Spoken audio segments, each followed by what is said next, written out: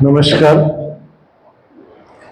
આજના વિશ્વ વસ્તી દિવસ નિમિત્તે ગારડા કોલેજમાં રાખેલા કાર્યક્રમમાં પધારેલ મારા સ્નેહી અને પરમ મિત્ર એવા ડૉક્ટર ગૌરાંગ, આપણી જ કોલેજના ભૂતપૂર્વ વિદ્યાર્થી અને પરમ સ્નેહી એવો ડૉક્ટર ભાઈ શ્રી મનીષ, મારા સાથી બંને વાઇસ પ્રિન્સિપલ જે કોલેજ સંચાલનમાં પોતાનો સિંહ ફાળો આપી રહ્યા છે એવા ભાઈ શ્રી મહેશભાઈ, ભાઈ શ્રી હિતેશભાઈ, અર્થશાસ્ત્ર વિભાગના અધ્યક્ષ એવા ડૉક્ટર અરવિંદભાઈ પટેલ, મારા ગારડા કોલેજના તમામ અધ્યાપક મિત્રો અને વાલા દીકરા દીકરીઓ, લગભગ આમાં બીકોમના વિદ્યાર્થીઓ બેઠા હશે એવી અપેક્ષિત છે. આજે જ્યારે વિશ્વ વસ્તી દિવસની વાત ડૉક્ટર ગૌરાંગભાઈ કરશે એ વિશેનો બહુ ફોકસ નહીં કરું, પરંતુ એની પાછળના જે રીઝન, કારણો અને પરિણામ જે ભારત ભોગવી રહ્યું છે એની એક બે વાત કરવી અત્યંત જરૂરી છે.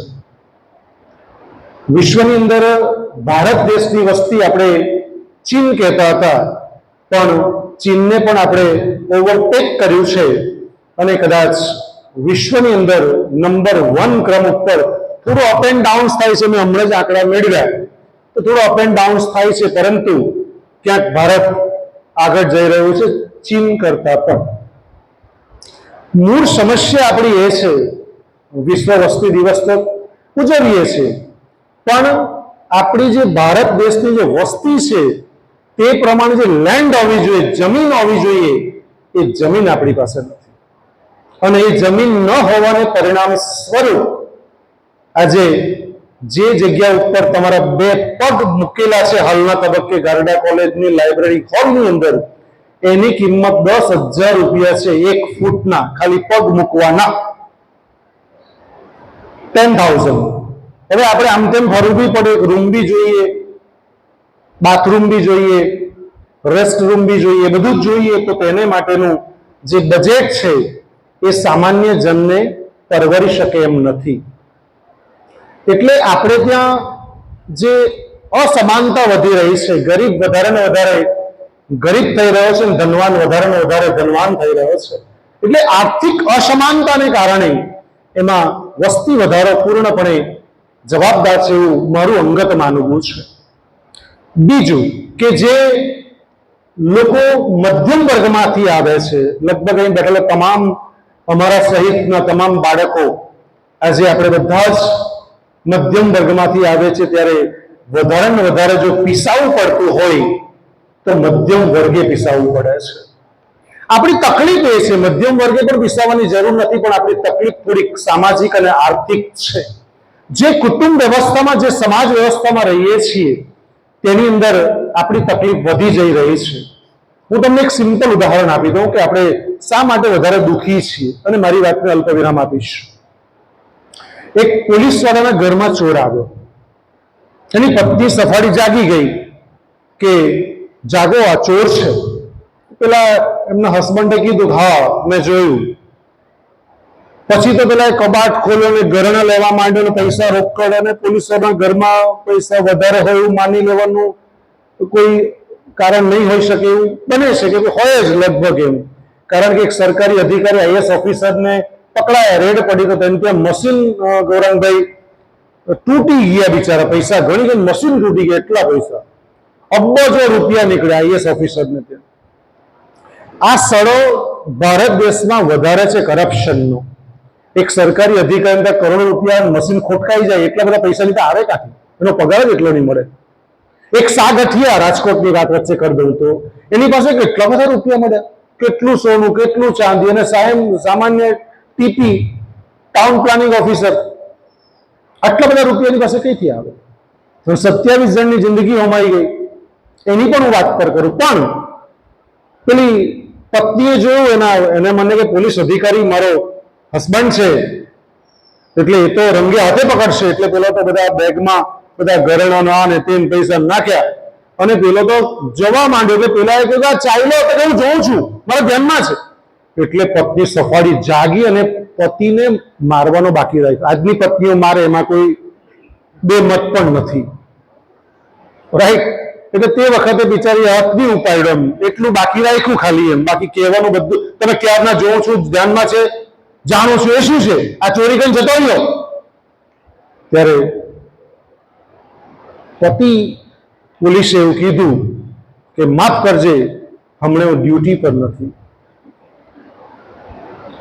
સમજાણું? શું કીધું? હમણે હું ડ્યુટી પર નથી. જો ડ્યુટી પર હોત તો એને પકડ.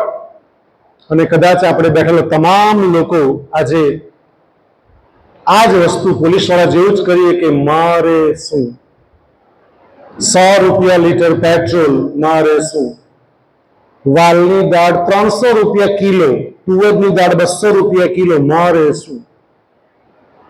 સમજાય છે વાત? એટલે જ્યારે આપણે એક અવાજ મધ્યમ કુટુંબનો ઉઠવાનો શરૂ થશે અને એ દિશામાં મોંઘવારી, બેકારી, ગરીબીની દિશામાં જો ઉઠશે, અને બીજું કે જ્યાં વસ્તુ નિયંત્રણમાં બે અસમાનતાઓ જોઈ રહ્યો છું છેલ્લા કેટલાય વર્ષોથી. એક અસમાનતા એવું છે કે જેમાં જે શિક્ષિત પરિવાર છે એ લોકો એમ કહે છે કે 2 બાળકો બસ, 1 બાળક બસ, કુટુંબ નિયોજન કરે છે. જ્યારે જે લોકો અશિક્ષિત છે, નિરક્ષર છે, એ લોકો તો 10-10 ને 12 બાળકો છે. અસમાનતા વધી રહી છે. એટલે તમે જો રોડ પર ભિખારી કેટલા, તમે કોલેજની બહાર જાઓ ઘરમાં તો પેલા નાના છોકરા ભીખ માંગે. આ છોકરાઓ ભાડે રાખેલા છોકરાઓ છે. તમારા ધ્યાનમાં હોય તો અમારું ધ્યાન દોરજો કે ભાડે રાખેલા છોકરાઓ હોય છે, રાઈટ? અને તમારી સામે આજીજી કરે. તમે કંઈ પણ નાસ્તો કરતા પફ ખાતા હો તો તે પેલો માંગે પફ તમારી પાસે અને પૈસા માંગે, અને તમે ના પાડો કે છૂટતા નથી તો QR કોડ આપશે તમને કે હા આમાં સ્કેન કરીને નાખ 5 રૂપિયા. એ લોકો એડવાન્સ ભિખારી થઈ ગયા છે. આપણે મિત્રો બહુ દુઃખ સાથે કહેવું પડે છે, વસ્તી વધારા સાથે શિક્ષણને જ્યાં સુધી સીધું લાગે વળગે છે ત્યાં સુધી કે આજે શિક્ષણની અંદર પણ સડો ઘૂસ્યો છે કે જે લોર્ડ મેકોલે 2 ફેબ્રુઆરી 1832-33 ની અંદર જે બ્રિટન પાર્લામેન્ટને સંબોધન કર્યું ત્યારે એક વાક્ય બહુ ગજબનું કહેલું કે એનો જે ગુરુ એડમ્સ હતો, એડમ્સે કામ સોંપેલું લોર્ડ મેકોલને આખું ભારત વર્ષ ફર્યો અને કહ્યું કે ભારત દેશની અંદર જો ભારત દેશને ગુલામ બનાવવો હોય તો આપણે ક્યારેય ગુલામ ન બનાવી શકીએ, કારણ કે ભારત દેશ સમૃદ્ધ દેશ છે. 2-3 વાક્ય કહીશ તો તમે પણ ચોંકી જશો, કદાચ વાંચ્યા હશે, સાંભળ્યા હશે. લોર્ડ મેકોલે એવું કહે છે કે ભારત દેશ એટલો સમૃદ્ધ છે, સોનાની ચીડિયા જેવો દેશ છે કે ત્યાં સાંસ્કૃતિક વારસો એટલો મજબૂત છે કે ભારત દેશને ગરીબ નહીં બનાવી શકે. ભારત દેશમાં એક પણ ભિખારી નથી. જ્યાં ઘરે જાઓ ત્યાં સોનાના સિક્કાના ધનના ઢગલા પડેલા છે. કેમ ભારત દેશ આજે આવો થઈ ગયો? એની પાછળના કારણોની ચર્ચા ક્યારેક કરીશું, કારણ કે આપણને એવો ઊંધો ઇતિહાસ શીખવામાં આવ્યો કે વાસ્કો ડી ગામાએ ભારત દેશનો જળમાર્ગ શોધ્યો. ભારત વર્ષ તો 5000 વર્ષો પૂર્વેથી અસ્તિત્વ ધરાવે છે. વાસ્કો ડી ગામા શું એનો જળમાર્ગ શોધવાનો? વાસ્કો ડી ગામાએ એ સ્પેનનો 1 નંબરનો તડીપાર ગુંડો હતો અને એક બીજો ગુંડો હતો પોર્ટુગલનો. સ્પેનનો ગુંડો હતો કોલંબસ, આ પોર્ટુગલનો હતો, અને એ લોકોએ ભારતને લૂંટવાનું કામ કર્યું. કાલિકટ બંદરે ઉતરેલો, આપણને ખબર છે, વાસ્કો ડી ગામા અને જામોરી રાજાનું રાજ્ય ચાલતું હતું કેરળના, અને પહેલું કામ એને મારી નાખવાનું કર્યું હતું. મિત્રો, કહેવાનો ભાવાર્થ એ છે કે ત્યારે ભારતની વસ્તી બહુ ઓછી હતી. આજે ભારતની વસ્તી કૂદકે ને ભૂસકે વધી રહી છે ત્યારે એ પણ ચિંતા અને ચિંતનનો વિષય છે, પણ આર્થિક અને સામાજિક અસમાનતાનો પણ વિષય છે. એ વિષય ઉપર ભાઈ શ્રી ગૌરાંગ જ્યારે પ્રકાશ પાડશે એટલે આપ બહુ જ એમને ધ્યાનથી સાંભળશો જ. અને બીજું કે છેલ્લી 5-10 મિનિટ એવી હું વિનંતી કરું છું આયોજકોને કે એટલીસ્ટ એ લોકો એવી 5-10 મિનિટ ચાલુ રાખે કે જે વિદ્યાર્થીને કૃતજ્ઞતારૂપ કોઈ પ્રશ્ન હોય અને કોઈ કૃતજ્ઞતા વ્યક્ત કરવી હોય તો એ કરી શકે. એટલે તમારા મનમાં કોઈ પ્રશ્ન હોય તો ખાલી તમે સાંભળવા આવેલા નથી, તમને કોઈ મનમાં કુતૂહલ હોય તો તમે એ પૂછી શકો છો અને કૃતજ્ઞતા પણ વ્યક્ત કરી શકો છો. તો આજના કાર્યક્રમની હું સફળતા ઈચ્છું છું. ફરી એકવાર ભાઈ શ્રી ગૌરાંગનો અને ભાઈ શ્રી મનીષનો ગારડા કોલેજ પરિવારમાં આવકારતા આનંદ અને ગર્વની લાગણી અનુભવું છું. ધન્યવાદ. જય હિન્દ, જય ભારત, જય જય ગરવી.